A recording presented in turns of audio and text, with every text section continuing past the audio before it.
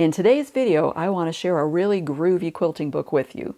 Hi, I'm Kim Jamieson Hurst of Chatterbox Quilts, and today we're taking a look at Retro Curved Pieced Quilts, 15 Throwback Designs for Today's Quilter by Erin Grogan. Now, this is, in case you haven't figured out yet, quilts that are a throwback to the 70s. You can probably tell that just from the little snails on the front and the color combinations she's using. So let's dive in and take a closer look at this book. And it's a pretty good sized book, actually. There's lots of information in here. So she starts off in the front talking about the techniques, because a lot of these projects, pretty much the majority of them, are using curved piecing. So you want to know how to sew curves, right? So she tells you different methods to do that. So you've got the pinning method, which is kind of your standard one that most people will do. But there's also ways to do it without pinning and with using glue basting. And then she also shows you more details on squaring up those curved blocks in case they don't come out exactly the way that they're supposed to, right? So it's helpful that she gives you these different methods if you've never done curved piecing before, because as I said, most of the projects in this book are using curved piecing, so you're going to know how to do that accurately. She also talks about some of the quilting that she does. So she likes to do big stitch quilting. That's what her preference would be to do for all her projects if she had lots of time. But she does give you in-depth information on how to do that. So they've got lots of photos so that if you're not familiar with this technique, you're going to be able to do it by going through the information that she provides in the book. And now we get into the meat of the book, the projects. But before we get into those, I want to thank today's sponsor, and that is The Quilter's Way. The Quilter's Way is an online paid membership where members learn new techniques through hands-on projects.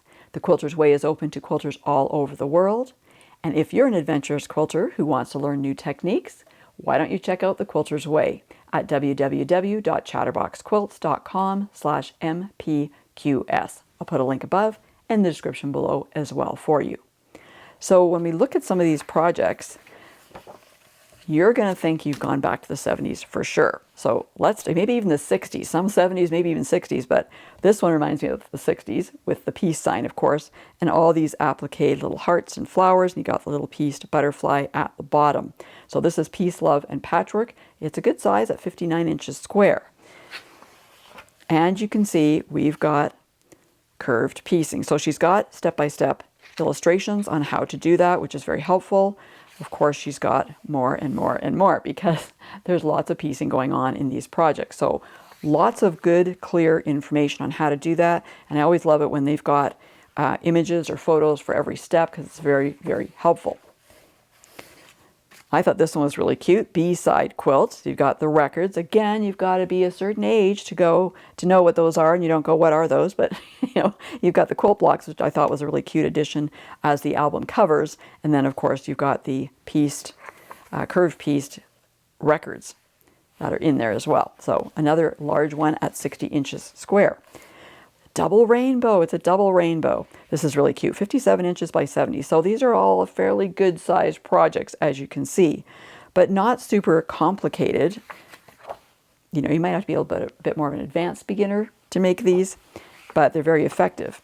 And while they have motifs that are from the 60s and 70s, reminiscent of those times, they look to me as quite modern quilts. She's used solid fabrics in these. There's lots of background available for you to do lots of different quilting motifs in there.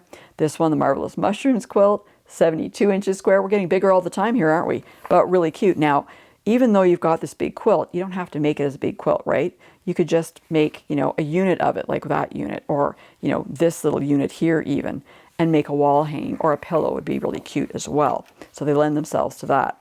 Now, this is a really iconic quilt, I think, Positively Pyrex quilt. So if you didn't have these in your home, I'm sure your mother did, okay? The Pyrex bowls. I love these. Great place to show off different designs, like you can see here where she's used these. She tells you which, I'm talking about the fabric, sorry. She tells you which fabric she's using here too, which is really helpful in case you wanted to make them with that fabric. Now you can see how she's made some of these too. So you're making the stripes to get the stripe bowl. She's using applique to get those little flowers on there. So really cute. And again, all this different information to help you make the quilt. How about this one? Strawberry Fields Quilt. This is a 65 by 69 inch quilt. You've got the big owl in the center, all the little strawberries around. A little more of a complicated quilt to make, I would say, but really cute. Again, you know, you could take the little strawberries and do those separately. Those would be really cute to make a table runner, let's say, right? That would be really cute. And I also like this one, the retro stars. You know, this kind of a look, this mid-century modern kind of shape is what it reminds me of. You got the stars again. You got lots of background to play around in if you want to do some fancy quilting in there. This one's 54 inches by 65 inches.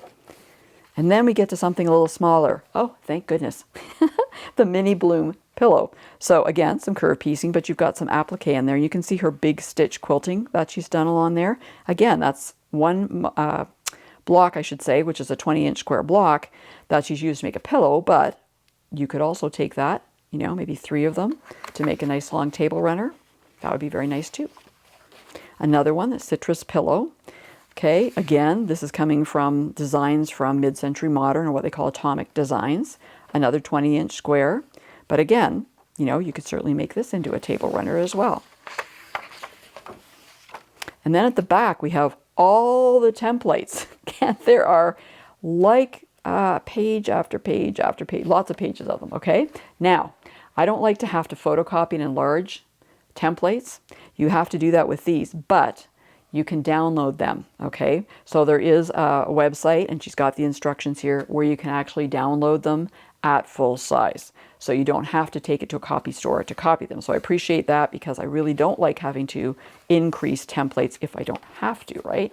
So if you're someone who wants to go back to the 60s and 70s in your quilt designs, check out Retro Curved Pieced Quilts by Erin Grogan. I'll have a link above and in the description below so you can get your own copy.